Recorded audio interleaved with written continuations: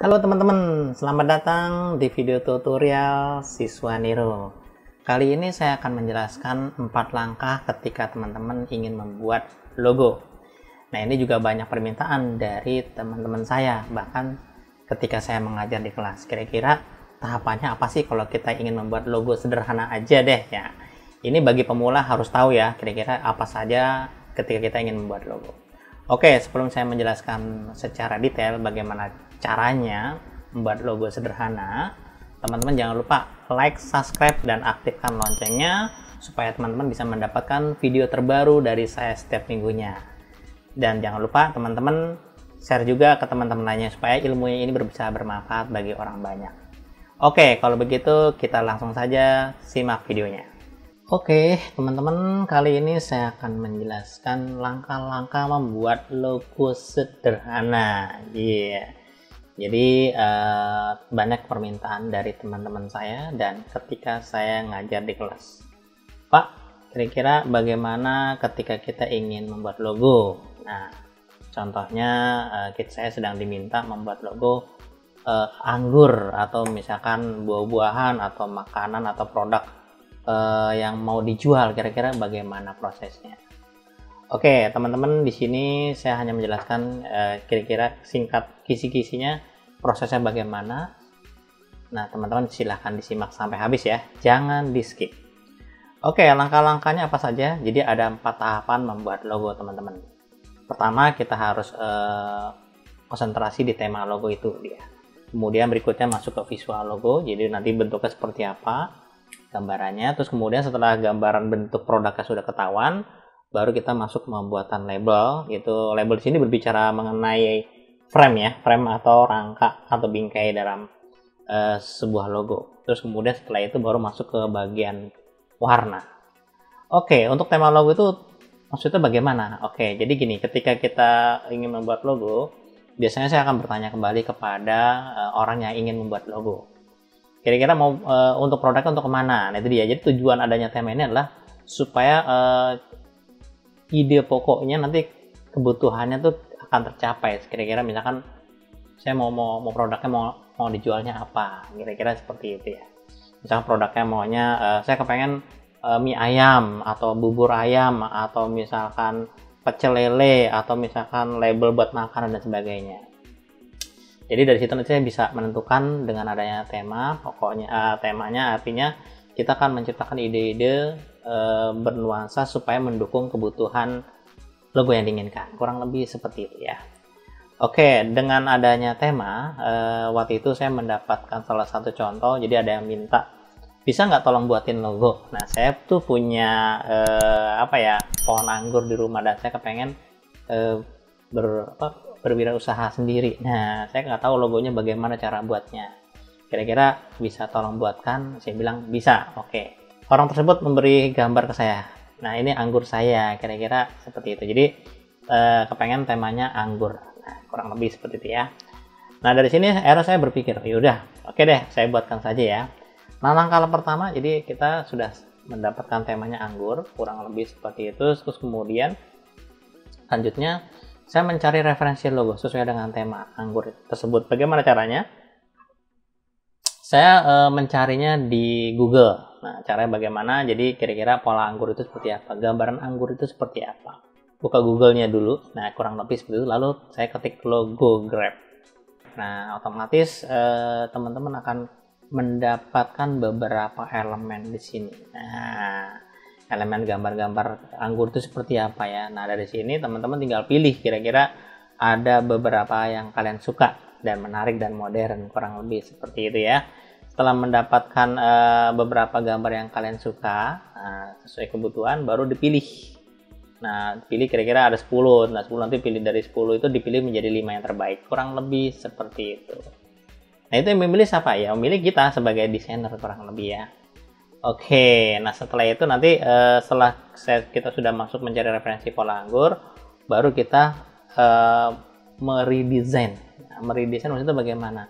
Mendesain ulang. Jadi jangan persis logo yang ada, teman-teman harus mendesain ulang. Nah, teman-teman di sini saya tidak menjelaskan bagaimana cara mendesain ulangnya, teman-teman ya.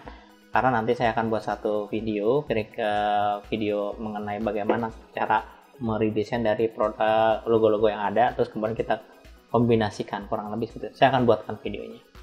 Tapi saat ini adalah poin-poin saja kira-kira ketika teman-teman ingin membuat logo apa saja yang harus diperhatikan.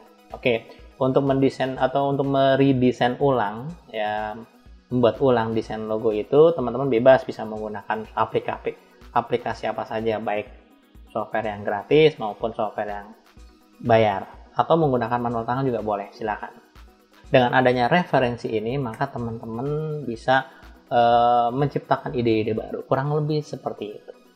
Oke, saya geser ke bawah. Jadi setelah saya mendapatkan beberapa logo, baru saya dibuat redesign. Nah, jadinya seperti ini teman-teman. Nah, ini contoh sederhana ya.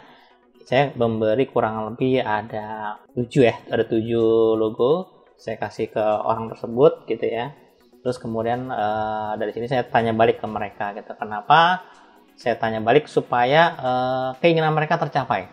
Nah, gitu, keinginan mereka tercapai, dan yang meminta blog itu agak ada rasa bangga bahwa oh nih gue ngasih ide seperti ini dan saya maunya begini. Nah, itu akan tercapai nanti. Oke, setelah sampai di sini saya tanya balik, kira-kira dari gambar ini yang mana yang suka. Nah, akhirnya terpilih lah yang ini. Model visualnya sudah terpilih ya teman-teman. Itu langkah kedua. Langkah pertama temanya anggur, yang kedua kita cari model seperti apa lalu di redesign. Itu yang kedua. Oke, berikutnya setelah sampai di sini baru saya masuk ke bagian yang namanya frame logo. Frame logo ini artinya anggur itu bukan hanya berdiri begitu saja. Saya kepengen ada sedikit pola bentuk di luarnya, bingkainya. Nah, itu dia namanya frame logo, teman-teman. Nah, frame logo ini juga sama, teman-teman. Jadi saya harus mencari referensi lagi di Google dengan cara teman-teman tinggal diketik aja di logo, ketiknya label logo. Nah, labelnya banyak banget, teman-teman. Nah, itu dia ya, labelnya banyak ya, teman-teman bisa lihat kira-kira yang mana yang bagus. Nah, kalau ini kan nggak cocok, ini cocok, kurang lebih seperti ya. Nah, teman-teman tinggal pilih kira-kira polanya, misalkan konsepnya bulat ya, sesuai dengan anggur berarti bulat ya. Kalau konsep bulat ya udah berarti ambilnya bulat, ambil label-label yang bulat, kurang lebih seperti itu. Jangan terlalu norak, simpel dan sederhana aja. Oke, setelah dipilih 10 kurang lebih menurut kalian, lalu pilih yang terbaik. Kurang lebih seperti itu. Ini bisa, terus kemudian yang ini bisa, itu bisa teman-teman. Jadi bisa dipakai teman-teman ya. Jangannya seperti ini nggak cocok ya, momennya tidak baik. Oke, ini bagus, bisa kurang lebih seperti itu ya. Oke, jadi sifatnya yang bulat. Nah, itu dia. Oke, sesuai dengan bentuk anggurnya, bulat, kurang lebih seperti itu. Nah, setelah kita pilih 10, lalu pilih lagi 5 yang terbaik atau pilih 6 yang terbaik. Nah, setelah sudah kita pilih, setelah kita mencari referensi, baru kita buat seperti ini teman-teman ya. Ini polanya saya pilih ada banyak teman-teman, ada 15. Jadi saya mencoba untuk mengambil beberapa item dari beberapa referensi, terus kemudian saya buat seperti ini. Nah, lagi-lagi sampai di sini saya tanya kembali kepada si pemilik usaha itu tersebut ya. Dia bilang ini frame logo sudah jadi nih. Nah, kalau kita lihat teman-teman bahwa di sini ada gambar anggur sama semua ya, tidak ada perubahan ya. Karena anggur yang sudah dipilih ini berarti saya tidak merubah bentuknya. Saya hanya menambahkan teks dan yaitu frame labelnya. Nah, oke. Nah, teman-teman dari sini baru saya kasih ke orang tersebut untuk memilih. Nah, kenapa supaya dia memilih, supaya ada rasa kebanggaan tersendiri bagi pemiliknya, kurang lebih seperti itu. Jadi ketika nanti mereka bertanya bagaimana cara buat logonya, oh saya terlibat juga di dalamnya, saya diberi pilihan, itu dia. Nah, teman-teman, jadi selain kita terbantu juga keinginan mereka seperti apa, dan mereka juga ada bangga sendiri bahwa itu pilihan dia. Oke, kurang lebih seperti itu. Nah, setelah sampai di sini ternyata yang dipilih ini teman-teman. Nah, oke ya. Mereka bilang bahwa oh semuanya bagus. Nah, bagi saya yang ini bagus. Ya udah, ya silakan. Selera masing-masing. Terkadang idenya kita sama si yang membuat konsumennya itu kadang-kadang nggak cocok. Ketika kita kasih tahu begini, kadang-kadang nggak cocok. Makanya saya kembalikan lagi keputusan yaitu di pemiliknya. Kurang lebih seperti itu ya. Yang minta membuat logo. Kembalinya seperti itu. Kalau saya sebagai desainer. Oke, setelah itu setelah sampai di sini setelah saya pilih satu, saya kunci di sini cekrek gitu ya. Yang lainnya saya abaikan. Konsentrasi. Nah, ini yang tahap ketiga, yaitu frame logo sudah selesai. Nah, sekarang tahap yang terakhir, teman-teman. Tahap yang terakhir itu adalah kita berbicara mengenai variasi warna. Dengan adanya variasi warna, maka logo-logo dan label yang kita buat nanti bisa ditempatkan dimanapun. Maksudnya bagaimana? Jadi kita bisa pasang misalkan ketika usahanya berkembang dan kepengen dibuat usahanya, kepengen buat acara Valentine atau acara Natal atau acara tahun baru atau lebaran dan sebagainya, teman-teman, logo itu bisa dipakai nanti. Logonya itu bisa dipakai dengan banyak varian warna. Nah, setelah dipilih satu yang tadi yang di paling atas ini, baru saya coba untuk membuat varian baru, yaitu dengan cara saya memberi varian warna seperti ini. Nih, di tahapan terakhir ini, teman-teman, saya memberi kira-kira lebih ada sekitar 15 warna. Ketika saya tanya, kira-kira dari warna ini yang mana yang paling suka? Ternyata saya suka semua. Iya, sengaja saya buat seperti ini karena di sini ada warna hijau kuning, ada kuning merah dan sebagainya, ada biru dan sebagainya. Ini ada hitam juga. Itu ternyata saya buat ini tujuannya supaya bisa dipakai dimanapun. Ketika teman-teman atau misalkan si pemilik usaha itu mau ditempel di suatu acara tertentu, kurang lebih seperti itu. Nah, kembali lagi, semua keputusan ini adalah pilihan dari si pemilik usaha tersebut. Nah, saya sebagai desainer hanya membantu bagaimana caranya ketika kita ingin membuat logo. Jadi secara tidak langsung, selain saya memberi masukan kepada si pemilik usaha bahwa bikin logo tuh begini loh tahapnya, itu jadi jangan terima apa adanya. Terkadang orang tuh ingin membuat logo, pokoknya jadi deh, terserah kamu. Nah, itu dia.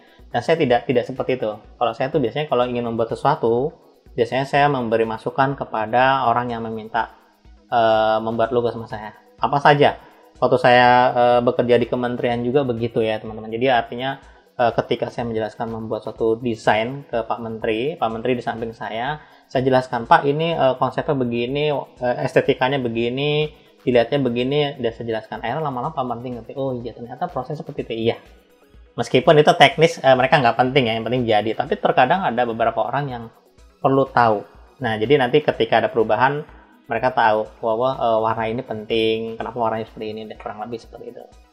Oke, teman-teman, itu saja yang bisa saya sampaikan. Ada 4 langkah tahapan yang harus kita perhatikan. Seperti di awal saya jelaskan tadi, bahwa tadi apa saja, nah, yaitu kita pikirkan tema seperti apa, visualnya bagaimana, frame-nya bagaimana, warnanya seperti apa. Oke, teman-teman, kira-kira materi hari ini kalau memang bermanfaat, jangan lupa subscribe dan like dan aktifkan loncengnya juga supaya teman-teman bisa mendapatkan video terbaru dari saya setiap minggunya. Jangan lupa bagikan ke teman-teman lainnya supaya materi yang saya sampaikan ini bisa bermanfaat bagi orang lain. Itu saja yang saya bisa sampaikan. Kita akan ketemu lagi di konsep-konsep berikutnya mengenai graphic design.